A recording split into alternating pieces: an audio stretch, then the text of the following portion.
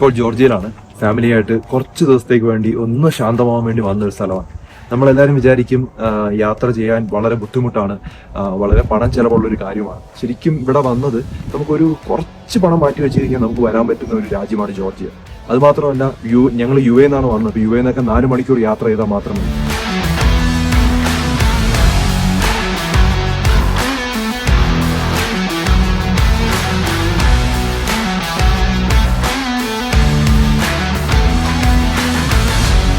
Easy go travels ആണ് നമുക്കിത് arrange ചെയ്ത് തന്നത്. ഈസി ഗോ ട്രാവൽസ് അവർ മാനേജ് ചെയ്യുന്നവർ ഒരു ഡോക്ടേഴ്സ് ആണ്. അപ്പോൾ അവർക്കറിയാം ആരെയാണ് പ്രോപ്പറായിട്ട് ഇതിന് മാനേജ് ചെയ്യേണ്ടത് എന്നുള്ള അറിയാം. ഇപ്പൊ നമ്മൾ സർട്ടിഫൈഡ് ആയിട്ടുള്ള ആളുകളെയാണ് അവർ സെലക്ട് ചെയ്ത് തന്നത്.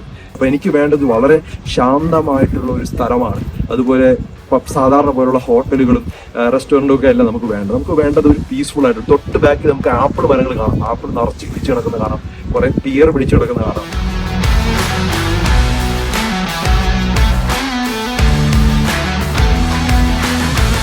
ഇത് എന്തുകൊണ്ട് യാത്ര ചെയ്യണമെന്നുള്ളത് വളരെയധികം ഇമ്പോർട്ടൻ്റ് ആയിട്ടുള്ളൊരു കാര്യമാണ്. നമ്മൾ യാത്ര ചെയ്യുന്ന സമയത്ത് നമ്മൾ ഒത്തിരി ആളുകളുമായിട്ട് മിങ്കിൾ ചെയ്യും. അതുമാത്രമല്ല, വേറെ വേറെ രാജ്യത്തിലുള്ള ആളുകളെ കാണുന്ന സമയത്ത് നമുക്ക് കുറച്ചും കൂടെ ഒരു ലോകത്തിനെ കാണുന്ന രീതി തന്നെ വ്യത്യാസപ്പെടുമെന്ന് ഞാൻ എപ്പോഴും പറയും. അതായത് നമ്മളിപ്പം സാധാരണ ഒരു സ്ഥലത്ത് മാത്രം ജീവിക്കുമ്പോൾ നമ്മുടെ കാഴ്ചപ്പാട് ആ രീതിയിൽ മാത്രമാണ്. നമ്മൾ കുറച്ചും കൂടെ മുകളിലോട്ട് പോയി അല്ലെങ്കിൽ കുറച്ചും കൂടെ യാത്ര ചെയ്യുന്ന സമയത്ത് നമ്മുടെ കാഴ്ചപ്പാട് വലുതാവും. അങ്ങനെ യാത്ര ചെയ്യും തോറും നമ്മുടെ കാഴ്ചപ്പാട് വലുതാവുമെന്ന് വിശ്വസിക്കുന്ന ഒരു വ്യക്തിയാണ്. പക്ഷേ ഈ ഒരു രാജ്യം സെലക്ട് ചെയ്യാനുള്ള കാരണം എന്ന് പറഞ്ഞാൽ ഇവിടെ ധാരാളം മൗണ്ടൻസ് ഉണ്ട്, അതുപോലെ മഞ്ഞുമലകൾ കാണാനായിട്ട് പറ്റും, വളരെ ഗ്രീനറിയാണ്, വളരെ ശാന്തമായിട്ടുള്ള സ്ഥലമാണ്.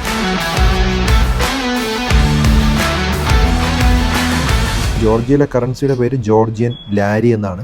$1.032 ജെല്ലാണ്. അതായത് ഒരു ജെല്ല് അവിടുത്തെ വേണമെങ്കിൽ 32 രൂപയാണ് ഇന്ത്യൻ രൂപ കൊടുക്കേണ്ടത്. ഇന്ത്യയിൽ നിന്നോ അതുപോലെ തന്നെ GCC രാജ്യങ്ങൾ, ഇപ്പോൾ ദുബായ്, ബഹ്റൈൻ, സൗദിയിൽ നിന്നോ വരുന്നവർക്ക് ഇവിടെ യാത്ര ചെയ്യുന്നതിന് വളരെ ചിലവ് കുറവാണെന്ന് വേണമെങ്കിൽ പറയാം. റെസ്റ്റോറൻറ്റിലെ ഭക്ഷണം കഴിക്കാനും ട്രാവൽ ചെയ്യാനും ഹോട്ടലിലും എല്ലാം ഒരു ബഡ്ജറ്റ് ഫ്രണ്ട്ലി ആയിട്ടുള്ള ഒരു സ്ഥലമാണ്.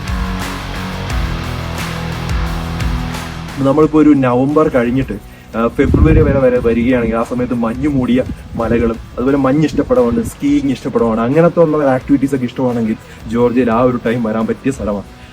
അത് കഴിഞ്ഞതിന് ശേഷം ജോർജിയയിൽ നമുക്കിപ്പം ഗഡൂരിയ വരാൻ പറ്റും, ഗസ്ബഗി വരാൻ പറ്റും. അതൊക്കെയാണ് ആ ഒരു ഏരിയ, ഒരു വൈബ് എന്ന് പറയുന്നത്. ഒരു ഏപ്രിൽ തൊട്ട് നമ്മളൊരു ഓഗസ്റ്റ് വരെയൊക്കെ ആണെങ്കിൽ നല്ല പച്ചപ്പുള്ള ഗ്രീനറി ആയിരിക്കും കാണാൻ പറ്റുന്നത്. വളരെ നല്ല ആ ഒരു പച്ചപ്പ് ഇഷ്ടപ്പെട്ട ആളുകൾക്ക്, എനിക്ക് വളരെ ഇഷ്ടമാണ് പച്ചപ്പാണ്. അപ്പൊ അങ്ങനെയുള്ള ഇത് കാണണമെങ്കിൽ ആ ഒരു ടൈമിൽ വരുന്നതാണ്.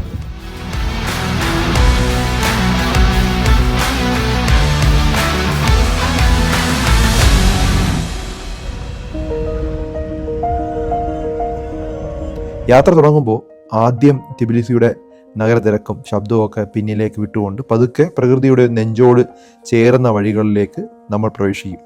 നേരെ ഗുദൂരിയിലേക്കാണ് നമ്മൾ പോയത്. അപ്പോൾ ഗുദൂരിയിലേക്ക് പോകുന്ന വഴി നമ്മൾ വിളിക്കുന്നത് ജോർജിയൻ മിലിറ്ററി ഹൈവേ എന്നാണ് അതിനെ വിളിക്കുന്നത്. ഇത് ജോർജിയയിലെ ഏറ്റവും മനോഹരവും അതുപോലെ ചരിത്രപരവുമായിട്ടുള്ള റോഡ് തന്നെയാണ്. ഈ റോഡിന് ഒരു ചരിത്ര പശ്ചാത്തലം കൂടെ ഉണ്ട്. പഴയകാലത്ത് റഷ്യൻ സാമ്രാജ്യകാലത്ത് ടിബിലിസിയും അതുപോലെ റഷ്യയിലെ വടക്കൻ പ്രദേശങ്ങളുമായിട്ട് ബന്ധിപ്പിക്കാൻ വേണ്ടി ഈ സൈന്യവും വ്യാപാരികളുമായിട്ട് യാത്ര ചെയ്യാൻ സൗകര്യമുള്ള ഒരു പാത ഉണ്ടാക്കിയതായിരുന്നു. അപ്പോൾ അതുകൊണ്ട് തന്നെ ഇത് മിലിറ്ററി ഹൈവേ എന്ന പേരിൽ അറിയപ്പെടുന്നു. ഇന്ന് ഈ ഹൈവേ ടൂറിസത്തിൻ്റെ ഒരു ഹൃദയ ധമനിയാണെന്ന് വേണമെങ്കിൽ പറയാം. ജോർജിയയിലെ ഏറ്റവും പ്രശസ്തമായ റൂട്ടുകൾ എല്ലാം ഇതിൻ്റെ ഭാഗമാണ്. ഒരു വശത്ത് മലയിടുക്കുകളും വെള്ളച്ചാട്ടവും ചിലയിടത്ത് കാണാനായിട്ട് പറ്റും. മറുവശത്ത് ആഴമുള്ള വാലികളും നദികളും ഒക്കെ കാണാം. വഴിയുടെ ഓരോ വളവും പുതിയൊരു ചിത്രപടം പോലെയാണ് നമുക്ക് തോന്നുന്നത്. അപ്പോൾ ആദ്യമായിട്ട് നമ്മൾ സ്റ്റോപ്പ് ചെയ്തത് സിൻവാലി റിസർവെയറാണ്. അതാണ് നമ്മുടെ യാത്രയുടെ ആദ്യത്തെ ഒരു കൗതുകം എന്ന് പറയുന്നത്. ടിബിലിസിൽ നിന്ന് പുറപ്പെട്ട് ഏകദേശം 1 മണിക്കൂർ കഴിഞ്ഞപ്പോൾ ആദ്യത്തെ വലിയ സ്റ്റോപ്പ് എത്തുന്നത് ഈ സിൻവാലി റിസർവെയറാണ്. ജിൻവാലി തടാകം എന്നവർ വിളിക്കും. ഈ തടാകം ജോർജിയയിലെ ഏറ്റവും മനോഹരമായ ഒരു പ്രകൃതി ദൃശ്യങ്ങളിൽ ഒന്നാണ്. തടാകത്തിൻ്റെ വെള്ളം നീലയും പച്ചയും കലർന്ന ഒരു നിറത്തിലാണ്. ശരിക്കും മനസ്സിനെ വളരെയധികം ശാന്തമാക്കുന്ന ഒരു സ്വർഗീയ സൗന്ദര്യമാണെന്ന് വിളിക്കാം. തടാകത്തെ ചുറ്റിപ്പറ്റി പച്ച നിറത്തിലുള്ള മലനിരകൾ, മലകളുടെ പ്രതിബിംബം വെള്ളത്തിൽ വീണുണ്ടാകുന്ന ഒരു കാഴ്ചയൊക്കെ നമുക്ക് കാണാനായിട്ട് കഴിയും. ശരിക്കും പ്രകൃതിയും അതുപോലെ ആ പച്ചപ്പൊക്കെ ഉള്ളതുകൊണ്ട് ഫോട്ടോയ്ക്കൊക്കെ ഒരു അഡീഷണൽ ആയിട്ടുള്ള ഒരു സൗന്ദര്യം കാണാനായിട്ട് കഴിയും. അത് കഴിഞ്ഞ് നമ്മൾ വീണ്ടും യാത്ര തുടർന്നു. സിൻവാലി തടാകം കഴിഞ്ഞ് ചെറിയൊരു യാത്ര കഴിഞ്ഞാൽ എത്തുന്നത് അനനൂരി ഫോർട്രസിലാണ്. അനനൂരി കോട്ട എന്നാണ് വിളിക്കുന്നത്. ഇത് നൂറ്റാണ്ടുകളുടെ പഴക്കമുള്ള ജോർജിയയുടെ ചരിത്രവും യുദ്ധവീര്യവും അടങ്ങിയ ഒരു പ്രധാന സ്ഥലമാണ്. ഈ കോട്ട അരുവഗ്വ നദിയുടെ കരയിലാണ്. മലയിടുക്കുകൾക്കിടയിൽ തടാകത്തെ നിയന്ത്രിക്കുന്ന സ്ഥാനത്താണ് ഇത് നിർമ്മിക്കപ്പെട്ടിരിക്കുന്നത്. ഞങ്ങൾ പോയപ്പോൾ ദുവ ഓടി വന്നിട്ട് നമുക്ക് നദിയിൽ ബോട്ടിങ്ങിന് പോകാമെന്ന് പറഞ്ഞു. ചുറ്റും മലനിരകളാണ്, പിന്നിൽ പഴയ ഒരു കോട്ടയുടെ മതിലുകൾ കാണാൻ പറ്റും. പഴയ കാലത്ത് റഷ്യൻ സാമ്രാജ്യത്തിലുള്ള ഒരു പ്രധാന വ്യാപാര പാത ഇവിടെ കൂടെ കടന്നു പോകുന്നുണ്ട്. അതിനാൽ യുദ്ധവും വ്യാപാരവും എല്ലാം നിയന്ത്രിക്കാൻ ഈ കോട്ട വളരെ തന്ത്രപ്രധാനമായിട്ടുള്ളൊരു സ്ഥലമായിരുന്നു. ഈ കോട്ടയുടെ പേരിനും ഒരു സ്പർശനീയമായ ഒരു കഥയുണ്ട്. പണ്ട് കാലത്ത് അനനൂരി എന്നു പേരുള്ള ഒരു ധൈര്യശാലിയായിട്ടുള്ള ഒരു കുട്ടിയുണ്ടായിരുന്നു. ശരിക്കും ഈ കോട്ടയിലൂടെ ഒരു ചെറിയ ഒരു തുരങ്കമുണ്ട്. ആ തുരങ്കം നേരെ പോയി ഇറങ്ങുന്നത് നദീ തടാകത്തിൻ്റെ അടുത്താണ്. അപ്പോൾ എന്തെങ്കിലും കോട്ടയ്ക്ക് അപകടം സംഭവിച്ചു കഴിഞ്ഞാൽ ആ ഒരു തുരങ്കത്തിലൂടെ അവൾക്ക് രക്ഷപ്പെടാനായിട്ട് കഴിയും. അപ്പോൾ യുദ്ധം നടന്ന സമയത്ത് അവർ അനനൂരി എന്നുള്ളൊരു കുട്ടിയെ പിടിച്ചു. അപ്പോൾ എന്നിട്ട് ആ ഒരു വഴി പറഞ്ഞു കൊടുക്കാനായിട്ട് പറഞ്ഞു. ആ വഴി കണ്ടെത്തി കഴിഞ്ഞാൽ നേരെ കോട്ടയിലോട്ട് എത്താനായിട്ട് പറ്റുകയും ധാരാളം ആളുകളെ കൊല്ലപ്പെടുത്തുകയും ചെയ്യും. അപ്പം അതുകൊണ്ട് അവർ ആ ഒരു വഴി പറഞ്ഞു കൊടുത്തില്ല. അപ്പോൾ അവളുടെ ഒരു ധൈര്യത്തിൻ്റെയും അതുപോലെ തന്നെ അവളെ ഓർക്കാനുമായിട്ടുമായിട്ടാണ് ഈ കോട്ടയുടെ അവളുടെ പേര് വന്നത്, അനനൂരി ഫോർട്രസ് എന്നുള്ളത്. ഈ ഒരു കോട്ട വെറും കല്ല് മതിലുകൾ മാത്രമല്ല, ഇവിടെ ഒരു ചരിത്രവും അതുപോലെ ധൈര്യം ചേർന്ന ഒരു യുവതിയുടെയും കഥയുണ്ടെന്ന് പറഞ്ഞപ്പോൾ നമുക്ക് കുറച്ചും കൂടെ ആ ഒരു സ്ഥലം ഇഷ്ടപ്പെട്ടു. സിംഗ്വാലി തടാകവും അനനൂരി കോട്ടയും കഴിഞ്ഞ് ഞങ്ങൾ യാത്ര തുടരുമ്പോൾ അടുത്തതായിട്ട് നമ്മൾ എത്തിയത് പസനൂരി എന്നുള്ളൊരു സ്ഥലത്താണ്. പസനൂരി എത്തുമ്പോൾ ആദ്യമായി മനസ്സിനെ കീഴടക്കുന്നത് അരാഗ്യ നദിയുടെ ശബ്ദവും അതുപോലെ തന്നെ ആ ഒരു സൗന്ദര്യമാണ്. നദിയുടെ വെള്ളം വെളിച്ചത്തിൽ ഒരു നീല പച്ച നിറങ്ങളിൽ തെളിഞ്ഞ് കാണാനായിട്ട് കഴിയും. ചുറ്റും പച്ച നിറമുള്ള മലനിരകളും കാടുകളും. ഇവിടെ ഞങ്ങൾ എത്തിയ സമയത്ത് കുതിര സവാരി ചെയ്യണമെന്ന് ദുവ പറഞ്ഞു. ഉടനെ തന്നെ ദുവ ചാടി കുതിരപ്പുറത്ത് കയറി, ഞാനും കൂടെ കയറി. ദുവയുടെ ഒരു ആദ്യ കുതിര സവാരിയാണെന്ന് പറയാം. എന്നിട്ട് ഒരു ആവേശം നിറഞ്ഞ ഒരു കുതിര സവാരി തന്നെ ആയിരുന്നു. ചെറിയൊരു പേടിയൊക്കെ ഉണ്ടായിരുന്നു തുടക്കത്തിൽ, പക്ഷേ കുതിരകൾ വളരെയധികം ട്രെയിൻഡാണ്, അവിടെ നല്ല രീതിയിൽ പരിശീലിപ്പിച്ചതാണ്. അതിനാൽ ഒരു പുതിയ ആളുകളും വളരെ സുരക്ഷിതമാണെന്ന് പറയാം. പരിശീലകൻ ആദ്യം കുതിരയെ ഒരു കൈകാര്യം ചെയ്യുന്നതിനും കുറച്ച് മിനിറ്റ് ഞങ്ങൾക്ക് സ്വന്തമായിട്ട് കുതിര നിയന്ത്രിക്കാനായിട്ട് അനുവദിക്കുകയും ചെയ്തു. നമ്മുടെ നദിയുടെ തീരത്തായിട്ട് കൊണ്ടു നിർത്തി കുറച്ച് ഫോട്ടോസ് ഇവിടെ നിന്ന് എടുക്കാനായിട്ട് പറ്റി. പസനൂരിയിലെ മനോഹരമായ കുതിര സവാരി കഴിഞ്ഞ് ഞങ്ങൾ അടുത്ത ലക്ഷ്യസ്ഥാനത്തേക്ക് പുറപ്പെട്ടു. അതാണ് ഗദൂരി. വളഞ്ഞു കയറുന്ന ജോർജിയൻ മിലിറ്ററി ഹൈവേ വഴി മലയിടുക്കളും കടന്ന് മുന്നോട്ട് പോകുമ്പോൾ കാലാവസ്ഥയും തണുപ്പും പതുക്കെ കൂടി വന്നു. യാത്ര തുടർന്നപ്പോൾ നമ്മൾ എത്തിയത് ഗദൂരിയിലാണ്. ഗദൂരിയിൽ ഞങ്ങൾ സ്റ്റേ ചെയ്തത് ഗദൂരി ഇൻ എന്നുള്ളൊരു ഹോട്ടലാണ്. അന്നത്തെ രാത്രി ഞങ്ങൾ വളരെയധികം തളർന്നതുകൊണ്ട് തന്നെ ഉടനെ ഉറങ്ങി. പിറ്റേ ദിവസം എഴുന്നേറ്റ് നോക്കുമ്പോൾ മുന്നിൽ തന്നെ മഞ്ഞുമൂടിയ മലകൾ കാണാനായിട്ട് കഴിഞ്ഞു. ദുവ ആദ്യമായിട്ടാണ് ഒരു മഞ്ഞുമല കാണുന്നത്. അതും വളരെ നല്ലൊരു ഫീലിംഗ് ആയിരുന്നു. മുറിയുടെ വിൻഡോയിൽ നിന്ന് തന്നെ നമുക്ക് മഞ്ഞുമല കാണാനായിട്ടുള്ളൊരു അവസരം കിട്ടി. ഇതെല്ലാം കഴിഞ്ഞതിന് ശേഷം ഞങ്ങൾ മലനിരകൾ കാണാനായിട്ട് യാത്ര ചെയ്തു. വിവിധ വ്യൂ പോയിന്റുകളിൽ നിർത്തുകയും പ്രകൃതിയുടെ സൗന്ദര്യം ആസ്വദിക്കുകയും ചെയ്തു. അത് കഴിഞ്ഞ് ഞങ്ങൾ ചെയ്തത് പാരാഗ്ലൈഡിംഗ് ആണ്. അതായത് മേഘങ്ങൾക്ക് മുകളിലൂടെ പറക്കുന്ന ഒരു സ്വപ്നാനുഭവം. ഗദൂരിയിലെ ഏറ്റവും വലിയ ആകർഷണങ്ങളിൽ ഒന്നാണ് പാരാഗ്ലൈഡിംഗ്. അന്നത്തെ കാലാവസ്ഥ വളരെയധികം മനോഹരമായിരുന്നു. ഞങ്ങൾ പാരാഗ്ലൈഡിംഗ് ചെയ്യാനായിട്ട് തീരുമാനിച്ചു. എൻ്റെ മകളുടെ പ്രായം ഞങ്ങൾക്ക് അറിയാം, വെറും 8 വയസ്സ് മാത്രമാണ്. പാരാഗ്ലൈഡിംഗ് ചെയ്യാമോ എന്ന് ചോദിച്ചപ്പോൾ ചെയ്യാമെന്നാണ് പറഞ്ഞത്. അവരുടെ എക്സ്പീരിയൻസ് നമ്മൾ ചെക്ക് ചെയ്തു. ഏകദേശം 14 വർഷം എക്സ്പീരിയൻസ് ഉള്ള ആളുകളാണ് ആ കൂടെ ഉണ്ടായിരുന്നത്. അതുമാത്രമല്ല, അവിടെ നിന്ന് ഞങ്ങൾ ഒബ്സർവ് ചെയ്തപ്പം വളരെ സുരക്ഷിതമായ രീതിയിലാണ് അവർ കൊണ്ടുപോകുന്നത്. അതുപോലെ അവിടെ വലിയ പ്രോബ്ലംസ് ഒന്നും ഇതുവരെ റിപ്പോർട്ട് ചെയ്തിട്ടുമില്ല. അപ്പോൾ അവർക്കൊരു സാഹസികമായിട്ടൊരു അനുഭവം നൽകാനായിട്ട് ഞാൻ തീരുമാനിച്ചു. സുരക്ഷിതമായ സാഹചര്യമായതുകൊണ്ട് ഞങ്ങളത് ധൈര്യത്തോട് തന്നെ അവളെ പ്രോത്സാഹിപ്പിച്ചു. ട്രെയിനർ വളരെ ഒരു പരിചയസമ്പന്നനായിരുന്നു. ആദ്യം സുരക്ഷാ ബെൽറ്റുകളും ഹെൽമെറ്റുകളും എല്ലാം പരിശോധിച്ചു. അതിനുശേഷം ഞങ്ങൾ പറക്കാൻ തുടങ്ങി. ദുവയുടെ മുഖത്ത് ഒരു തുള്ളി പേടി പോലും കണ്ടില്ല. ഈ ഒരു യാത്ര കഴിഞ്ഞ് ഞാൻ കണ്ടത് ഈ ദുവയുടെ കുറച്ച് പേടി കുറച്ചുകൂടെ കുറഞ്ഞു എന്നുള്ളത്. സാധാരണ കുറച്ചും കൂടെ ചെറിയ ചെറിയ കാര്യങ്ങൾക്കൊക്കെ പേടിയുണ്ടായിരുന്നു. ഇപ്പം ആ ഒരു പേടിയും കൂടെ മാറിയ ഒരു ഫീലിംഗ് ആണ് തോന്നിയത്. ഒരു വേറിട്ട ലോകം തന്നെയാണ്. മുകളിൽ ആക്ച്വലി നമ്മൾ പറക്കുന്ന സമയത്ത് താഴേക്ക് നോക്കുമ്പോൾ നമുക്ക് പല മലകൾ കാണാൻ പറ്റും, വളഞ്ഞൊഴുകുന്ന ആരാഗ്യ നദി കാണാൻ പറ്റും, ചെറിയ ഗ്രാമങ്ങൾ കാണാൻ പറ്റും. ഇവയെല്ലാം ശരിക്കും ഒരു സ്വപ്ന ലോകത്തെ ഒരു ചിത്രപടങ്ങൾ പോലെയാണ് നമുക്ക് തോന്നുന്നത്. വീശിയെത്തുന്ന കാറ്റിൻ്റെ ഒരു സ്വാതന്ത്ര്യവും ആകാശത്തൊടുന്ന ആവേശവും മറക്കാനാവാത്ത ഒരു അനുഭവമായിട്ട് മാറി. ഞങ്ങൾ പല ഫോട്ടോകളും വീഡിയോകളും അവിടെ നിന്ന് എടുത്തു. അതാണ് നിങ്ങൾക്ക് ഇപ്പോൾ കാണാനായിട്ട് കഴിയുന്നത്.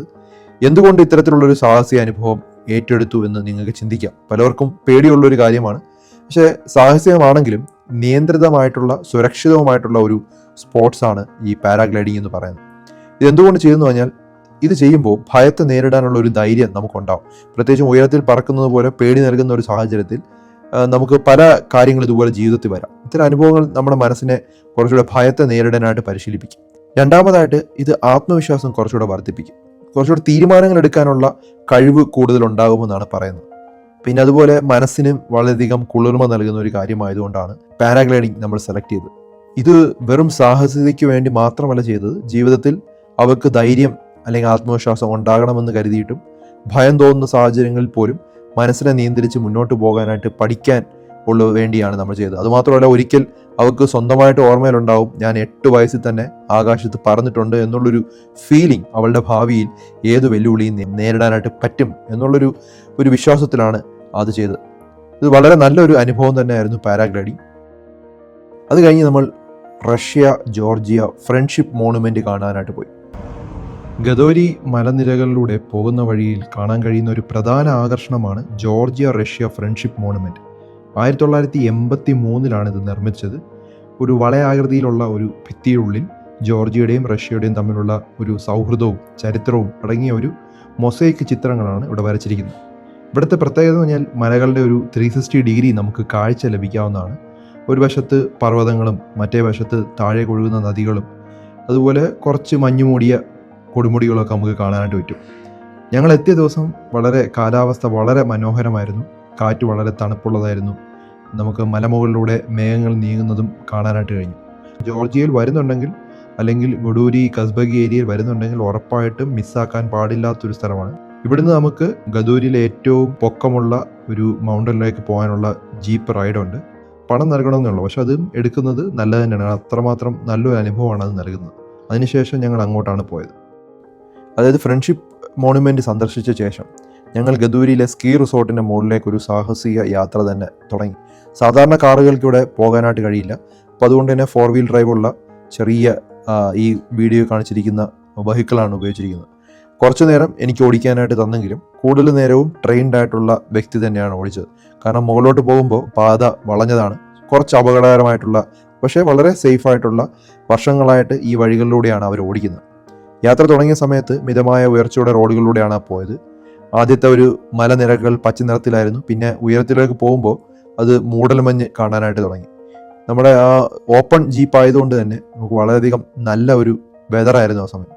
30 മിനിറ്റ് മുഴുവൻ യാത്ര ചെയ്ത് കഴിഞ്ഞപ്പോൾ വളഞ്ഞ് കിടക്കുന്ന റോഡുകളെല്ലാം കഴിഞ്ഞ് നമ്മൾ മുകളിലെ ഒരു ഭാഗത്തെത്തി.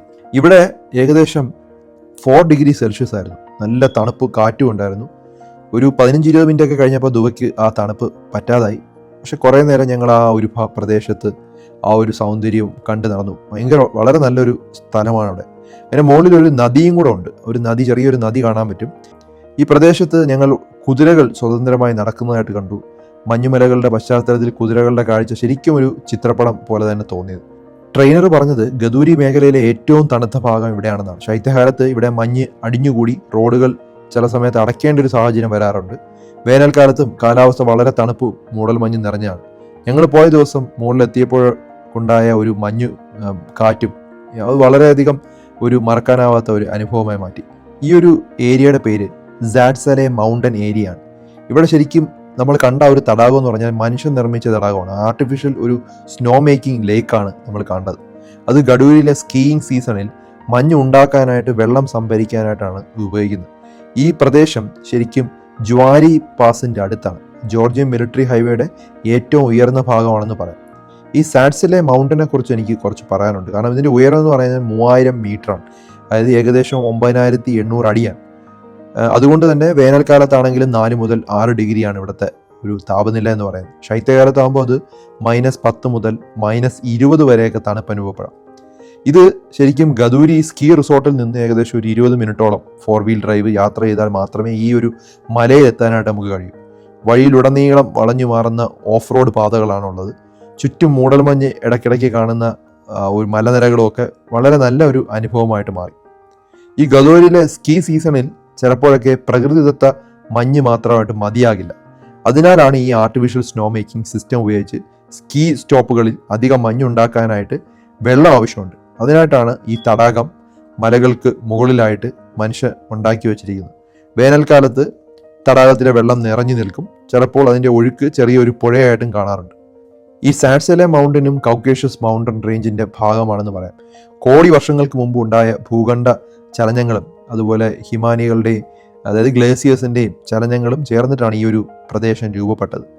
അത് കഴിഞ്ഞ് നമ്മൾ താഴോട്ടിറങ്ങിയ സമയത്ത് മലനിരകളിലൂടെ യാത്ര ചെയ്യുന്ന സമയത്ത് ഞങ്ങൾ കണ്ട ഏറ്റവും വിസ്മയകരമായിട്ടുള്ള ഒരു കാഴ്ച എന്ന് പറഞ്ഞാൽ 1000 അല്ലെങ്കിൽ 2000 അടുപ്പിച്ച ആടുകളുടെ കൂട്ടമാണ്. അതും ചരിഞ്ഞു നിൽക്കുന്ന ഈ മലകളിലാണ് ഈ ആട് നിൽക്കുന്നത്.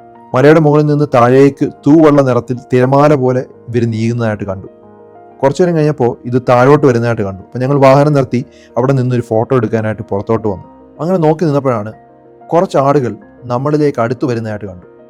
ആദ്യം നമ്മൾ ഭയമൊന്നും തോന്നിയില്ലെങ്കിലും അടുത്ത് നോക്കിയപ്പോഴാണ് അതൊരു വലിയ നായകളാണെന്ന് കണ്ടത്. ഇതിനെയാണ് കൗക്കേഷ്യൻ ഷെഫേർഡ് ഡോഗ്സ് എന്ന് പറയുന്നത്. ജോർജിയയിലെ മലപ്രദേശങ്ങളിൽ ആടുകളെ സംരക്ഷിക്കാനായി വളർത്തുന്ന ഒരു പ്രത്യേക ഇനമാണ് ഈ പട്ടികൾ. ഇവയുടെ ശരീരം വലിയതും ആടുകളുമായി കലർന്നു പോകുന്ന നിറവുമാണ്. അതിനാൽ ദൂരത്ത് നിന്ന് നോക്കുമ്പോൾ നായയാണോ ആടാണോ എന്ന് തിരിച്ചറിയാൻ പോലും ബുദ്ധിമുട്ടാണ്. ഇവയ്ക്ക് ആട്ടിൻകൂട്ടത്തെ വഴി നടത്താനും വന്യജീവികളിൽ നിന്ന് സംരക്ഷിക്കാനും രാത്രിയിലും പകൽ സമയത്തും സുരക്ഷ ഉറപ്പാക്കാനുമായിട്ടുള്ള ഉത്തരവാദിത്വമുണ്ട്. കൊച്ചിലെ അതിനെ ട്രെയിൻ ചെയ്ത് ഇങ്ങനെ ആക്കിയെടുത്തിരിക്കുകയാണ്. അപ്പോൾ ആരെങ്കിലും ആട്ടിൻകൂട്ടത്തിനടുത്തേക്ക് പോയാൽ ഇവ കുറച്ച് മുന്നറിയിപ്പ് നൽകും. അതിനുവേണ്ടിയാണ് ഇതിനെ ട്രെയിൻ ചെയ്തിരിക്കുന്നത്. ഈ ഒരു വളർത്തുനായ തന്നെയാണ് ആ ഒരു ആടുകളെ നയിച്ചു കൊണ്ട് പോകുന്നതും തിരിച്ച് വീട്ടിൽ കൊണ്ടെത്തിക്കുന്നതും. ഇവിടെ വേറൊരു കൗതുകമായിട്ടുള്ളൊരു കാര്യം കൂടെ നമ്മൾ കണ്ടു. ഇവിടെയുള്ള നായകളുടെ കാതുകളിൽ നിറമുള്ള ടാഗുകൾ ഉണ്ടെന്ന് കണ്ടെത്തി. അതായത് ചുവപ്പ് ടാഗ്, റെഡ് ടാഗ് ആണെങ്കിൽ വളരെ അപകടകാരിയായിട്ടുള്ള നായയാണ്, അടുത്തു പോകാനായിട്ട് പാടില്ല എന്നുള്ള. പച്ച അല്ലെങ്കിൽ നീല ടാഗ് കണ്ടു കഴിഞ്ഞാൽ അപകട സാധ്യത കുറച്ചുകൂടെ കുറവുള്ള നായയാണ്, കുറച്ച് സുരക്ഷിതമുള്ളതാണ്, പക്ഷേ സ്പർശിക്കരുത്. അതുമാത്രമല്ല സർക്കാർ ഈ നായകൾക്കെല്ലാം വാക്സിനേഷൻ കൊടുക്കുന്നുമുണ്ട്. എല്ലാ നായകളും റാബീസ് വാക്സിനേഷൻ ചെയ്തവയാണ്. ഈ ടാഗുകൾ ഉപയോഗിച്ച് നായകളുടെ സ്വഭാവവും സുരക്ഷിതവും തിരിച്ചറിയാനായിട്ട് നമുക്ക് കഴിയുന്നു. ഇനി അടുത്ത് പറയാനുള്ളത് ജോർജിയയിലെ ട്രിനിറ്റി ചർച്ചാണ്. ഇത് ശരിക്കും കസ്ബഗിയിലെ ഒരു ആത്മീയമായ മുത്ത് എന്നാണ് അവർ വിളിക്കുന്നത്. ഇപ്പോൾ ഗദൂരിലെ സാഹസിക അനുഭവങ്ങളും മലമുകളിൽ നടത്തിയ യാത്രയൊക്കെ കഴിഞ്ഞ് ഞങ്ങൾ കസ്ബഗിയിലെ പ്രശസ്തമായ ജർജറ്റി ട്രിനിറ്റി ചർച്ച് സന്ദർശിച്ചു. ഈ ഒരു ചർച്ച് മൗണ്ട് കസ്ബഗിൻ്റെ അടിവാരത്തിലാണുള്ളത്. അതായത് നമ്മുടെ ഗഡൂരി പട്ടണത്തിൻ്റെയും അതുപോലെ തിരക്ക് നദിയുടെയും മുകളിലായി ഇത് സ്ഥിതി ചെയ്യുന്നു. ഈ ചർച്ചിൻ്റെ ഉയരം ഏകദേശം 2170 മീറ്ററാണ്. ഇവിടെ എത്താനായിട്ട് നമുക്ക് സാധാരണ വാഹനങ്ങളിലൂടെ പോകാം. മുകളിലെത്തുമ്പോൾ നമുക്കൊരു 360 ഡിഗ്രി ഒരു പനോരമിക് വ്യൂ കാണാൻ പറ്റുന്നുള്ളതാണ്. വലിയ വലിയ മലനിരകളും കസ്ബഗി പട്ടണവും താഴ്വാരങ്ങളും എല്ലാം ശരിക്കും അവിടെ നിന്ന് കാണാമെന്നുള്ളതാണ്. മനോഹരമായ ഫോട്ടോസ് എടുക്കാനായിട്ട് പറ്റും. വളരെ മനോഹരമായിട്ടുള്ള സ്ഥലമാണ്. ഉറപ്പായിട്ടും നിങ്ങൾ പോകുന്നുണ്ടെങ്കിൽ അവിടെ പോകണം. ജർജറ്റി ട്രിനിറ്റി ചർച്ച് ഓരോ സീസണിലും വ്യത്യസ്തമായ ഒരു സൗന്ദര്യമാണ് നൽകുന്നത്. അപ്പം ജർജറ്റി ട്രിനിറ്റി ചർച്ച് വെറും ഒരു മനോഹരമായിട്ടുള്ള സ്ഥലം മാത്രമല്ല, ജോർജിയയിലെ ഓർത്തഡോക്സ് സഭയിലെ ഏറ്റവും വിശുദ്ധമായ ഒരു ഇടങ്ങളിലൊന്നാണ്. 14-ാം നൂറ്റാണ്ടിലാണ് ഇത് നിർമ്മിച്ചതെന്നുള്ളത് ആലോചിക്കുക. പഴയകാലത്ത് ജോർജിയയുടെ ഒരു മതവിശുദ്ധ ഗ്രന്ഥങ്ങളും നിക്ഷേപങ്ങളും യുദ്ധസമയത്ത് ഇവിടെ സൂക്ഷിച്ചിരുന്നു. കസ്ബഗി മേഖലയിലെ ഏറ്റവും ശ്രദ്ധയും അതുപോലെ മനോഹരവുമായ ഒരു പ്രകൃതി അത്ഭുതം തന്നെയാണ് മൗണ്ട് കസ്ബഗ്. നമുക്ക് ജർജറ്റി ട്രിനിറ്റി ചർച്ചിൽ നിന്ന് ഇത് കാണാനായിട്ട് പറ്റും. അതുപോലെ നമ്മുടെ മുറിയിൽ നിന്ന് തന്നെ എല്ലി കോട്ടേജിൽ നിന്ന് തന്നെ ഇത് ഡയറക്റ്റ് കാണാനായിട്ട് പറ്റും. വളരെ നല്ലൊരു അനുഭവമാണ്. മൗണ്ട് കസ്ബഗ് കണ്ടപ്പോൾ ഉടനെ തന്നെ എൻ്റെ മകൾ പറഞ്ഞു അതൊരു വോൾക്കാനോ ആണ് എന്നാണ് പറഞ്ഞത്. ഞങ്ങൾ പറഞ്ഞത് അതൊരു വോൾക്കാനോ അല്ല. പക്ഷെ അതിനുശേഷം നമ്മൾ സെർച്ച് ചെയ്ത് നോക്കിയപ്പോൾ അതൊരു നിർജ്ജീവമായിട്ടുള്ളൊരു അഗ്നിപർവ്വതമാണ്. അവളെ സ്കൂളിൽ അത് പഠിച്ചതുകൊണ്ട് ആ വോൾക്കാനോയുടെ ഷേപ്പ് അറിയാവുന്നതുകൊണ്ടാണ് അവൾ അങ്ങനെ ചോദിച്ചത്. ഇന്നിതൊരു നിഷ്ക്രിയമായിട്ടുള്ള ഒരു എക്സ്റ്റിങ്ക്റ്റ് അഗ്നിപർവ്വതമാണ്. സ്ഫോടന സാധ്യത വളരെയധികം കുറവാണ്. ഇതിൻ്റെ ഉയരം ഏകദേശം 5033 മീറ്ററാണ്. ഇതിൻ്റെ സ്ഥാനം ഒരു ജോർജിയൻ റഷ്യൻ ബോർഡറിലാണെന്ന് പറയാം. ഒരു ഗ്രേറ്റർ കൗക്കേഷ്യസ് മൗണ്ടൻ റേഞ്ചിലാണ് ഇതിൻ്റെ ഒരു ഭാഗം. കസ്ബഗി മൗണ്ടൻ ജോർജിയയുടെ ഒരു പ്രകൃതിദത്ത ഐക്കണുകളിൽ ഒന്നാണ്. ഈ മല ക്ലൈംബ് ചെയ്യാനായിട്ടും കയറാനായിട്ടും ശ്രമിക്കാറുണ്ട്. ട്രെക്കിംഗ് പോലുള്ള സാഹസിക വിനോദങ്ങൾക്കായിട്ട്. അന്ന് നല്ല വെയിലുള്ളതുകൊണ്ട് ഞങ്ങൾക്ക് വെയിൽ കുറഞ്ഞ ഒരു സ്ഥലത്തോട്ട് പോകണമായിരുന്നു. അതുകൊണ്ട് തന്നെ ഞങ്ങൾ അന്ന് പസനൂരി റിവർ റാഫ്റ്റിങ്ങിനായിട്ടാണ് പോയത്. അതിനായിട്ട് ഗഡൂരിയുടെ മലമുകളിൽ നിന്ന് നമുക്ക് താഴേക്ക് ഇറങ്ങി പസനൂരി പ്രദേശത്തേക്ക് എത്തി. പോകാനുള്ളൊരു കാരണവും കൂടെ ആ ഒരു ഗഡൂരി കസ്ബഗി റോഡ് വളരെയധികം നല്ലതായതുകൊണ്ട് ഒരിക്കലും ഒരു മറക്കാനാകാത്ത ഒരു അനുഭവം കിട്ടുമെന്ന് അറിയാമായിരുന്നു. അതുകൊണ്ടാണ് വീണ്ടും ആ റോഡുകളിലൂടെ സഞ്ചരിച്ചത്. അത് കഴിഞ്ഞ് നമ്മൾ റിവർ റാഫ്റ്റിങ്ങിനായിട്ട് പോയി. ഞാൻ ജീവിതത്തിൽ ആദ്യമായിട്ടാണ് റിവർ റാഫ്റ്റിംഗ് ചെയ്യുന്നത്. ഈ നദി ശരിക്കും അരാഗ്വി റിവറാണ്. ഈ നദി ശരിക്കും ജോർജിയൻ മിലിറ്ററി ഹൈവേയുടെ സമീപത്തൂടെയാണ് ഒഴുകുന്നത്. അതിനാൽ തന്നെ യാത്രക്കിടയിൽ തന്നെ മനോഹരമായിട്ടുള്ള ഒരു വീതി കാണാനായിട്ട് പറ്റും. നദിയുടെ വെള്ളം വളരെ സുതാര്യവും തണുത്തതും ചുറ്റും പച്ച നിറമുള്ള മലനിരകളുടെയും പശ്ചാത്തലവും നമ്മുടെ അനുഭവത്തെ ആക്ച്വലി മറക്കാനാവാത്ത ഒരു ഓർമ്മയായി മാറ്റുന്നു. ഞങ്ങൾ പോയ ഒരു സമയം വൈകുന്നേരമായിരുന്നു. മിതമായ ഒരു കാറ്റും അതുപോലെ സന്ധ്യാസൂര്യൻ്റെ ഒരു പ്രകാശവും റാഫ്റ്റിംഗ് അനുഭവം മികച്ച രീതിയിൽ മനോഹരമാക്കി. ഞങ്ങൾ 3 പേരും, അതായത് ഞാനും എൻ്റെ കുടുംബവും ചേർന്ന് ഏകദേശം 6 കിലോമീറ്റർ ദൂരം റാഫ്റ്റിംഗ് ചെയ്തു. ആദ്യം ആവേശവും ചെറിയൊരു പേടിയൊക്കെ ഉണ്ടായിരുന്നു. പക്ഷേ ട്രെയിനർമാർ വളരെ ട്രെയിൻഡ് ആണ്, ഒരു പരിചയസമ്പന്നരായിട്ടുള്ളവരാണ്. അതിനാൽ സുരക്ഷിതമായ ഒരു യാത്രയായിരുന്നു. ചില ഭാഗങ്ങളിൽ വെള്ളം വളരെ ഷാലോ ആണെന്ന് പറയാം. നമ്മുടെ റോയിങ് പാഡിൽ നിലത്ത് സ്പർശിക്കും. അതുകൊണ്ടാണ് ഈ ഒരു സ്ഥലം റിവർ റാഫ്റ്റിങ്ങിനായിട്ട് സെലക്ട് ചെയ്തത്. കാരണം റിവർ റാഫ്റ്റിംഗ് വളരെ ഡേഞ്ചറസ് ആയിട്ടുള്ള ഒരു ആക്ടിവിറ്റിയാണ്. അപ്പം വെള്ളത്തിൻ്റെ വേഗത ഉണ്ടെങ്കിലും കാണുമ്പോൾ നമുക്ക് വളരെ വെള്ളത്തിന് വേഗതയുണ്ട്, കരണ്ടുണ്ട് എന്നൊക്കെ തോന്നും. പക്ഷേ റാഫ്റ്റിംഗ് സ്വാഭാവികമായിട്ട് മുന്നോട്ട് നീങ്ങാൻ വേണ്ടി അത് ഹെൽപ്പ് ചെയ്യും. പക്ഷേ ഈ ആഴമില്ല എന്നുള്ളതാണ് അതിൻ്റെ ഒരു സത്യം. മുഴുവൻ യാത്രയിലും ഒരു അപകടവും ഇല്ലായിരുന്നു. കുടുംബത്തിനും കുട്ടികൾക്കും വളരെ സുരക്ഷിതമായിട്ടുള്ളൊരു സ്ഥലമാണ്. നിങ്ങൾ ആലോചിക്കേണ്ടത്, റാഫ്റ്റിങ്ങിന് പലതരത്തിലുള്ള ഗ്രേഡിംഗ് ഉണ്ട്. എ ഉണ്ട്, ബി ഉണ്ട്, സി ഉണ്ട്, ഡി ഉണ്ട്. ഗ്രേഡ് എ എന്ന് പറഞ്ഞാൽ വളരെ ലളിതമാണ്. ആദ്യമായി റാഫ്റ്റിംഗ് ചെയ്യുന്നവർക്കും കുട്ടികൾക്കും എല്ലാം ഇത് അനുയോജ്യമാണ്. ഗ്രേഡ് ബി എന്ന് പറഞ്ഞാൽ ചെറിയ വെല്ലുവിളികളുണ്ട്, വെള്ളത്തിൻ്റെ സ്പീഡ് കുറച്ച് കൂടുതലായിരിക്കും. ശരിക്കും ഈ ഒരു പസുനൂരിയിലുള്ള ഒരു റിവർ റാഫ്റ്റിംഗ് എൻ്റെയും ബിൻ്റെയും ഇടയ്ക്കാണെന്ന് പറയാം. ഗ്രേഡ് സിയും ഗ്രേഡ് ഡിയും എടുക്കാതിരിക്കുന്നതാണ് നല്ലത്. വളരെ എക്സ്പീരിയൻസ് ഉള്ളവർക്കാണ് ശരിക്കും ഗ്രേഡ് സി ഉള്ളത്, അനുഭവമുള്ളവർക്ക് മാത്രം ഉള്ളതാണ്. ഗ്രേഡ് 4 എക്സ്ട്രീം അഡ്വഞ്ചറാണ്, പ്രൊഫഷണൽ റാഫ്റ്റിംഗ് ആണ്. അപ്പോൾ നമ്മൾ അപകട സാധ്യത മുന്നോട്ട് നോക്കുമ്പോൾ വളരെ സേഫ് ആയിട്ടുള്ളത് കൊണ്ടാണ്, കുടുംബങ്ങളും വളരെ സുരക്ഷിതമായിട്ട് ഇതിലൂടെ പോകാൻ കഴിയുന്നത് കൊണ്ടാണ് ഈ ഒരു റിവർ റാഫ്റ്റിംഗ് നമ്മൾ സെലക്ട് ചെയ്തത്. ഞങ്ങൾ റിവർ റാഫ്റ്റ് ചെയ്യുന്ന സമയത്ത് ചുറ്റും പഴയ പാലങ്ങളും പുരാതനമായ കാലത്ത് ആളുകൾ ഉണ്ടാക്കിയ വീടുകളും എല്ലാം സൈഡിൽ കാണാനായിട്ട് പറ്റി. അതേസമയത്ത് നിങ്ങളിപ്പോൾ ഈ കാണുന്നത് പണ്ട് കാലങ്ങളിൽ നമ്മുടെ ഈ ഏരിയയിലുള്ള കുറ്റവാളികളെ അടച്ചിട്ടിരുന്ന ജയിലാണ് ഈ കാണാനായിട്ട് കഴിയുന്നത്. ഇത് കുറേ വർഷങ്ങൾക്ക് മുമ്പാണ് അത് സ്റ്റോപ്പ് ചെയ്തത്. അപ്പോൾ അതെല്ലാം നമുക്ക് കാണാനായിട്ട് പറ്റി. അപ്പം നമുക്ക് ശരിക്കും ഒരു സ്ട്രെസ് റിലീഫ് തന്നെയാണ്. കാരണം പ്രകൃതിയുമായി ബന്ധപ്പെട്ട് ഒരു മാനസിക സമ്മർദ്ദം കുറയ്ക്കാനായിട്ട് ഇത്തരത്തിലുള്ള കാര്യങ്ങൾ വളരെയധികം ഹെൽപ്പ് ചെയ്യും. ഗഡൂരിയും കസ്ബഗിയും വളരെ നല്ല അനുഭൂതിയാണ് ഞങ്ങൾക്ക് നൽകിയത്. എന്നാലും നമ്മൾ വീണ്ടും സഞ്ചരിച്ച് ഡാഷ് ബാഷ് കാനിയോനും ഡയമണ്ട് ബ്രിഡ്ജും കാണാനായിട്ട് വീണ്ടും ടിബിലിസിയിലെത്തി യാത്ര ചെയ്തു. ഈ ഡാഷ് ബാഷ് കാനിയോൺ ശരിക്കും കാണേണ്ടതാണ്. ഇത് സാൽക്ക എന്നുള്ള ഒരു സ്ഥലത്താണ് സ്ഥിതി ചെയ്യുന്നത്. മലയിടുക്കുകളുടെ ഒരു മധ്യേ പ്രകൃതിയുടെ ഒരു കരവിരുത് കൊണ്ട് രൂപപ്പെട്ട ഒരു പ്രകൃതിദത്തമായിട്ടുള്ള ഒരു അത്ഭുതമാണെന്ന് പറയാം. കാനിയോൺ ശരിക്കും അടിത്തട്ടിൽ നിന്ന് ഏകദേശം 300 മീറ്റർ വരെ ആഴമുണ്ട്. പിന്നെ നീളം ഏകദേശം 8 കിലോമീറ്റർ ഉണ്ട്. കോടി ആണ്ടുകൾക്ക് പഴക്കമുള്ള അഗ്നിപർവ്വത പ്രവർത്തനങ്ങളും അതുപോലെ നദികളുടെ ഒരു പ്രവാഹത്തിലൂടെയാണ് ഈ ഡാഷ് ബാഷ് കാനിയോൺ രൂപപ്പെട്ടത്. ചുറ്റും ജോർജിയൻ ഒരു മലകൾ കാണാൻ പറ്റും. പ്രകൃതിയുടെ ശാന്തതയും കാറ്റിൻ്റെ ഒരു ശക്തിയും കാണാൻ പറ്റും. ഇപ്പോൾ ഡാഷ് ബാഷ് കാനിയനിലേക്കുള്ള യാത്ര ഇച്ചിരി പ്രയാസമാണ്. സാധാരണ നടന്നാണ് എല്ലാവരും പോകുന്നത്, മണിക്കൂറുകൾ എടുക്കും. ഞങ്ങളൊരു 4 വീൽ ഡ്രൈവ് എടുത്തു. 12 യാരി ഒരാൾക്ക് കൊടുത്തപ്പം ആ ട്രക്ക് ഉപയോഗിച്ചാണ് പോയത്. ട്രക്ക് പോയപ്പോഴേ അവർ പറഞ്ഞു 40 മിനിറ്റിൽ കൂടുതൽ വെയിറ്റ് ചെയ്യരുത്. പക്ഷെ ഞങ്ങൾ ഏകദേശം ഒരു മണിക്കൂറോളം അവിടെ സ്പെൻഡ് ചെയ്തു. കാരണം പ്രകൃതി അത്രമാത്രം ഇഷ്ടമാണ്. അതുകൊണ്ട് അതെല്ലാം കണ്ട് ആസ്വദിച്ച് വളരെ സമാധാനമായിട്ടാണ് നമ്മൾ തിരിച്ചു പോയത്. അവിടെ നമുക്ക് മഴവില്ല് കാണാനായിട്ട് പറ്റി. റെയിൻബോ ക്ലിയറായിട്ട് കാണാൻ പറ്റുന്നുണ്ടായിരുന്നു. അതുപോലെ ചെറിയ വെള്ളച്ചാട്ടം, അതുപോലെ വളരെ നമ്മുടെ നാട്ടിലൊക്കെ കാണുന്നത് പോലുള്ള പുഴകളും മരങ്ങളുടെ ഇടയിലൂടെ ഒഴുകുന്നതും എല്ലാം വളരെ നല്ലൊരു അനുഭൂതി തന്നെയാണ്. ഡാഷ് ബാഷ് കാനിയോൻ്റെ ഒരു പ്രധാന ആകർഷണം ഡയമണ്ട് ബ്രിഡ്ജാണ്. ഇത് ജോർജിയയിൽ മാത്രമല്ല, യൂറോപ്പിലെ ഏറ്റവും ഉയർന്ന ഒരു ഗ്ലാസ് പാലങ്ങളിൽ ഒന്നാണെന്ന് വേണമെങ്കിൽ പറയാം. ഇത് കാനിയോൻ്റെ അടിത്തട്ടിൽ നിന്ന് ഏകദേശം 280 മീറ്റർ ഉയരത്തിലാണുള്ളത്. അപ്പോൾ പാലത്തിൻ്റെ ഒരു നില പൂർണ്ണമായിട്ടും ഗ്ലാസ്സാണ്. അതിനാൽ നടക്കുമ്പോൾ താഴെയുള്ള കാനിയോൻ്റെ ആഴം നമുക്ക് നേരിട്ട് കാണാൻ പറ്റും. ഇത് ശരിക്കും നിർമ്മാണം നമ്മൾ ആലോചിച്ച് കഴിഞ്ഞാൽ വളരെ ബുദ്ധിമുട്ടും ചിലവേറിയതുമായിട്ടുള്ള ഒരു എഞ്ചിനീയറിംഗ്. അതുകൊണ്ട് തന്നെ ഇതിൻ്റെ ടിക്കറ്റ് വളരെയധികം കോസ്റ്റ്ലിയാണ്. അപ്പോൾ മലനിരകളുടെ മുകളിൽ നിർമ്മിച്ചതിനാൽ വലിയ ക്രെയിനുകളും പ്രത്യേക മെഷീനുകളൊക്കെ ചേർത്തായിരിക്കും ഇത് ഉണ്ടാക്കിയിരിക്കുന്നത്.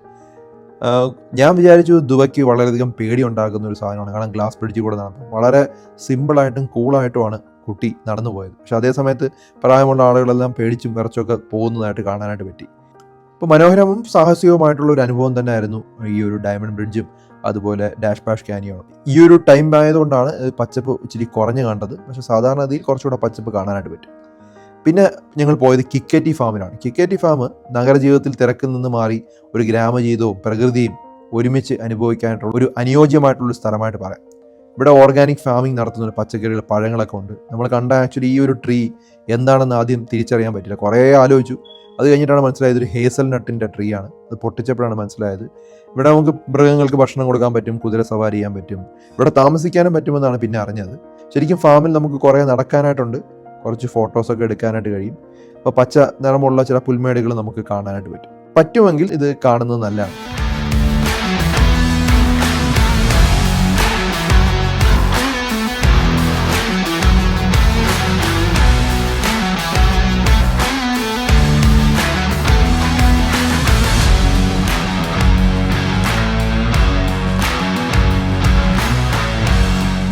അതിനുശേഷം ഞങ്ങൾ പോയത് പർവാണി ലേക്ക് എന്നുള്ളൊരു സ്ഥലത്താണ്. ഇത് ജോർജിയയിലെ തണുപ്പിൻ്റെ ഒരു ഹൃദയമാണ് പർവാണി ലേക്ക് പറയുന്നത്.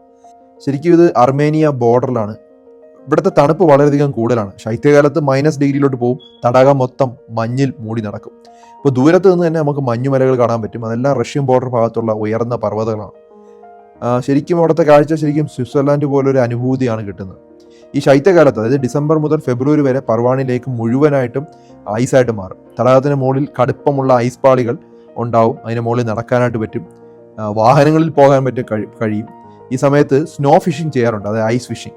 അതൊരു പ്രധാന ഒരു വിനോദവും ഒരു തൊഴിലുമാണെന്ന് വേണമെങ്കിൽ പറയാം. അതായത് ഒരു ഐസിൽ ഹോൾ ഉണ്ടാക്കി അവിടുന്ന് മത്സ്യം പിടിപ്പിച്ച് അവിടുന്ന് തന്നെ ചുട്ട് കഴിക്കുന്ന ഒരു രീതി. ഇപ്പോൾ വിനോദസഞ്ചാരികൾക്കും വളരെ സാഹസികമായിട്ടുള്ള ഒരു അനുഭവമാണിത്. പർവാണി ലേക്കിലേക്ക് പോകുന്ന വഴി വളരെ മനോഹരമായ ആപ്പിൾ തോട്ടങ്ങൾ ധാരാളം കാണാൻ പറ്റും. മലകളുടെ ഇടയിൽ ചുവപ്പ്, പച്ച, മഞ്ഞ നിറങ്ങളുള്ള ആപ്പിളുകളും പിയറുകളും പലതരത്തിലുള്ള ഫ്രൂട്ട്സുകളും പിടിച്ചു കിടക്കുന്നതായിട്ട് കാണാം. ഞങ്ങൾ യാത്രക്കിടയിൽ പല സ്ഥലങ്ങളിലും നിർത്തി. അവിടുത്തെ വീട്ടുകാർ വളരെ സ്നേഹത്തോടെയാണ് ഞങ്ങൾ സ്വാഗതം ചെയ്തത്. അവർ ഞങ്ങൾ തോട്ടത്തിലേക്ക് കൊണ്ടുപോയി ആപ്പിൾ ധാരാളം പറിച്ച് തന്നു കയ്യിലോട്ട്. ഞങ്ങൾ വേണ്ടാന്ന് പറഞ്ഞെങ്കിലും കുറേ ആപ്പിളുകൾ സമ്മാനമായി നൽകിയിട്ടാണ് വിട്ടത്. ഇംഗ്ലീഷ് വളരെയധികം കുറച്ചേ അറിയുള്ളൂ. അവസാനം നമ്മൾ താങ്ക് യു ഒക്കെ പറഞ്ഞ് അവിടെ നിന്ന് ഇറങ്ങി. പർവാനിലേക്ക് കഴിഞ്ഞ് കുറച്ച് പോകുന്ന സമയത്ത് ഒരു റിസർവെയർ ഉണ്ട്. ഞങ്ങൾ വാഹനം പാർക്ക് ചെയ്ത് തടാകത്തിൻ്റെ സമീപത്തേക്ക് നടന്നു. ആ സമയത്ത് കാറ്റ് വളരെയധികം തണുത്തതും ശാന്തവുമായിരുന്നു. വളരെ സൈലൻ്റ് ആയിരുന്നു. സൂര്യൻ പതുക്കെ മലനിരകളുടെ പിന്നിലേക്ക് മറയുമ്പോൾ ആകാശം ശരിക്കും ഓറഞ്ചും ഗോൾഡും ഒരു പർപ്പിൾ നിറങ്ങളും ഒക്കെ കാണാനായിട്ട് കഴിഞ്ഞു. ആ നിമിഷം വളരെ മറക്കാൻ പറ്റാത്തൊരു നിമിഷമാണ്. വളരെ പ്രകൃതിയുമായിട്ട് നമ്മൾ വളരെ അടുത്താണ് എന്നൊരു തോന്നൽ ഉണ്ടാക്കി. ഒരു സ്ഥലവും കൂടെ എനിക്ക് പറയാനായിട്ടുണ്ട്, ട്രൂസോ വാലി. ഇത് പ്രകൃതിയും ചരിത്രവും ഒന്നിക്കുന്ന ഒരു വിസ്മയമായിട്ടുള്ള ലോകമാണ്. ഇത് കസ്ബഗി മേഖലയെ മറഞ്ഞിരിക്കുന്ന ഒരു രത്നങ്ങളിലൊന്നാണ് ട്രൂസോ വാലി. ഗഡൂരിൽ നിന്ന് ഏകദേശം 30 മുതൽ 40 മിനിറ്റ് ഡ്രൈവ് ഉണ്ട്. കസ്ബഗി നഗരത്തിൽ നിന്ന് 22 കിലോമീറ്റർ. ഈ ഒരു പ്രദേശം കാണേണ്ട തന്നെയാണ്. ഇവിടെ നമുക്ക് പോകാനായിട്ട് ഞങ്ങൾ ആ മലയിൽ പോയില്ല. അതേ 4 വീലർ ഡ്രൈവ് ഓഫ് റോഡ് ആയതുകൊണ്ട് അതിലൂടെ പോകാനായിട്ട് പറ്റും. ഇച്ചിരി എക്സ്പെൻസീവ് ആണ് അവിടെ പോകാനായിട്ട്. ഗ്രേറ്റർ കൗക്കേഷ്യസ് മൗണ്ടൻ റേഞ്ചിൻ്റെ ഒരു ഹൃദയഭാഗത്താണ് ഈ ട്രൂസോ വാലി സ്ഥിതി ചെയ്യുന്നത്. നമ്മൾ നടന്നു പോവുകയാണെങ്കിൽ നമുക്ക് തുച്ഛമായി നമുക്ക് പോകാനായിട്ട് പറ്റും. വലിയ എക്സ്പെൻസ് ഇല്ല. പക്ഷേ മണിക്കൂറുകൾ എടുക്കും അവിടെ പോകാനായിട്ട്. ഒരു ചിത്രപടം പോലെ നമുക്ക് തോന്നും. കാരണം നമുക്ക് താഴെ പച്ച നിറമായിട്ടുള്ള പുൽമേടുകൾ കാണാൻ പറ്റും. ഇടയ്ക്ക് ഒഴുകുന്ന സുതാര്യമായിട്ടുള്ള നദികൾ കാണാൻ പറ്റും. ചില മഞ്ഞുമൂടിയ മലനിരകൾ കാണാൻ പറ്റും.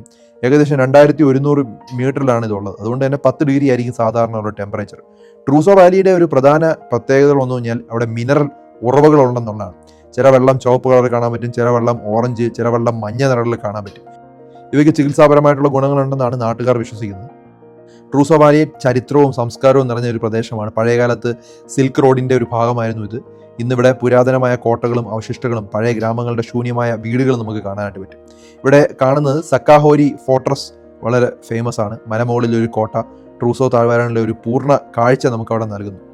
ട്രൂസോ വാലിയിൽ സ്വതന്ത്രമായി നടക്കുന്ന കുതിരകൾ നമുക്ക് കാണാൻ പറ്റും. മലയുടെ പശ്ചാത്തലത്തിൽ ഇവയുടെ കാഴ്ച നമുക്ക് സ്വിറ്റ്സർലാൻഡിലെ ഒരു ഗ്രാമീണ സൗന്ദര്യം പോലെ തോന്നും. ട്രൂസോ വാലി നിർബന്ധമായിട്ടും നിങ്ങൾ പോകേണ്ട ഒരു സ്ഥലമാണ്. പിന്നെ ഒരു സ്ഥലം കൂടെ ഉണ്ട്, ജൂട്ടാ വാലി. ജൂട്ടാ വാലി ലോകത്തിലെ മനോഹരമായ ഗ്രാമങ്ങളിൽ ഒന്നാണെന്ന് പറയാം. ഇവിടെ 25 ആളുകളിൽ കൂടുതൽ താമസിക്കുന്നില്ല. ഇപ്പോൾ കസ്ബഗിൽ നിന്ന് ഏകദേശം 24 കിലോമീറ്റർ ദൂരെയായിട്ട് ചൗക്കി മൗണ്ടൻസിൻ്റെ അടിവാരത്താണ് ഈ ജൂട്ടാ വില്ലേജ് ഉള്ളത്. ഇത് ജോർജിയയിലെ ഏറ്റവും മനോഹരമായ ഗ്രാമങ്ങളാണ്. ഞാൻ കണ്ടതിൽ വെച്ച് ഏറ്റവും നല്ല ഒരു ഗ്രാമമാണ്. പക്ഷെ ഇവിടെ നമുക്ക് ഹൈക്കിംഗ് ഉണ്ട്. ഏകദേശം ഒരു മണിക്കൂറോളം നമുക്ക് നടക്കാനായിട്ടുണ്ട്. ഇവിടെ വണ്ടി പോകില്ല. ഏകദേശം 2200 മീറ്റർ ഉയരത്തിലാണുള്ളത്. ജോർജിയയിലെ ഒരു 3ാമത്തെ ഉയർന്ന ഗ്രാമമായിട്ട് പറയാം. നമുക്ക് മലകളാൽ ചുറ്റപ്പെട്ടെങ്കിലും 360 ഡിഗ്രി പനോരമിക് വ്യൂ ഇവിടെ കാണാൻ പറ്റും. പല സിനിമകളിലും ഒക്കെ കാണാൻ പറ്റുന്ന വളരെ നല്ല സ്ഥലമാണ്. വേനലിൽ ആക്ച്വലി പച്ച നിറമുള്ള പുൽമേടുകളും ശൈത്യകാലത്ത് മഞ്ഞു മൂടിയ ഒരു സ്വപ്ന ലോകം തന്നെയാണിത്. ഇത് ചൗക്കി മൗണ്ടൻസ് ആണ്. ഞാൻ പറഞ്ഞത് 7 കൊടുമുടിയിൽ ചേർന്ന് രൂപപ്പെടുന്ന ജോർജിയൻ ഒരു സോളമെന്റ് എന്ന് വിളിക്കപ്പെടുന്ന ഒരു മലനിരയാണ് ഈ ചൗക്കി മൗണ്ടൻസ്. അവിടെ നമുക്ക് ട്രക്കിംഗ് ചെയ്യാൻ പറ്റും, ഫോട്ടോഗ്രാഫി ചെയ്യാൻ പറ്റും, ഹൈക്കിംഗ് ചെയ്യാൻ പറ്റും. അവിടെ നമുക്ക് പിച്ച്കാരോ റിവർ എന്നുള്ളൊരു റിവറുണ്ട്. അതും വളരെ തണുത്തായിട്ടുള്ളൊരു നല്ല റെസ്റ്റ് എടുക്കാനും വിശ്രമിക്കാനും പറ്റിയ ഒരു സ്ഥലമാണ്. മലനിരകളിലെ ക്യാമ്പുകൾ വളരെ ഫേമസ് ആണ്. ജൂട്ടാ ക്യാമ്പിംഗ് വളരെ പ്രസിദ്ധമാണെന്ന് പറയാം. രാത്രി ആകാശം നിറയെ നക്ഷത്രങ്ങൾ കാണാൻ പറ്റും. കാരണം അവിടെ വെട്ടമില്ലാത്തതുകൊണ്ട് നിറച്ച് നമുക്ക് നക്ഷത്രങ്ങൾ കാണാൻ പറ്റും. ചില ജലസ്രോതസ്സുകളുടെ ഉറവിടവും കാണാൻ പറ്റും. മലയിൽ നിന്ന് ഒഴുകുന്ന ഹിമാനികളുടെ വെള്ളം, തെരക്ക് റിവർ പോലുള്ള പ്രധാന നദികളുടെ ഉറവിടമൊക്കെ നമുക്ക് കാണാൻ പറ്റും. ശരിക്കും ട്രൂസോ വാലിയും അതുപോലെ തന്നെ ജൂട്ടാ വാലിയും നമ്മൾ കാണേണ്ട ഒരു കാഴ്ച തന്നെയാണ്. എന്തുകൊണ്ട് നമ്മൾ ഈ ഒരു യാത്ര ചെയ്തു എന്ന് പറഞ്ഞാൽ, നമ്മുടെ ജീവിതത്തിൽ സമ്മർദ്ദവും തിരക്കും എല്ലാം നമുക്ക് ഉണ്ടാവും. ഒരിക്കലും അത് അവസാനിക്കുകയില്ല. ഒരു പ്രശ്നം തീർന്നാൽ മറ്റൊന്ന് വരും. അത് എല്ലാ ആളുകൾക്കും ജീവിതത്തിൽ അത് ഉണ്ടായിക്കൊണ്ടേയിരിക്കും. പക്ഷേ നമുക്ക് വേണ്ട സമയം നമ്മൾ തന്നെ കണ്ടെത്താം. യാത്ര ചെയ്യുന്നത് നമ്മുടെ പുതിയ സംസ്കാരങ്ങളെ ബന്ധിപ്പിക്കുന്നു. വ്യത്യസ്ത ആളുകളെ കാണാനായിട്ട് കഴിയും. പ്രകൃതിയുടെ മധ്യേ നമ്മൾ ചെലവഴിക്കുന്ന സമയം മനസ്സിനെ ശരിക്കും പുതുക്കുകയും നമ്മുടെ സ്ട്രെസ്സ് മാക്സിമം കുറയ്ക്കുകയും ചെയ്യുന്നു. ലോകത്തെ കണ്ടു നോക്കുമ്പോൾ സ്വന്തം ജീവിതത്തിലെ പ്രശ്നങ്ങൾ വളരെ ചെറുതായിട്ട് തോന്നും. ഈ ജോർജിയൻ ട്രാവൽ വിവരണം എൻ്റെ ആദ്യത്തെ ഒരു ശ്രമമാണ്. നിങ്ങൾക്ക് ഇഷ്ടമായാൽ ഭാവിയിൽ കൂടുതൽ സ്ഥലങ്ങളെപ്പറ്റിയും അനുഭവങ്ങളെപ്പറ്റിയും വിശദമായ വീഡിയോസ് പങ്കുവയ്ക്കാം. ജോർജിയയുടെ ഈ യാത്ര ഞങ്ങളുടെ മനസ്സിൽ മറക്കാനാവാത്ത ഓർമ്മകളും ജീവിതത്തിനുള്ള പുതിയ പ്രചോദനവും ഞങ്ങൾക്ക് സമ്മാനിച്ചു.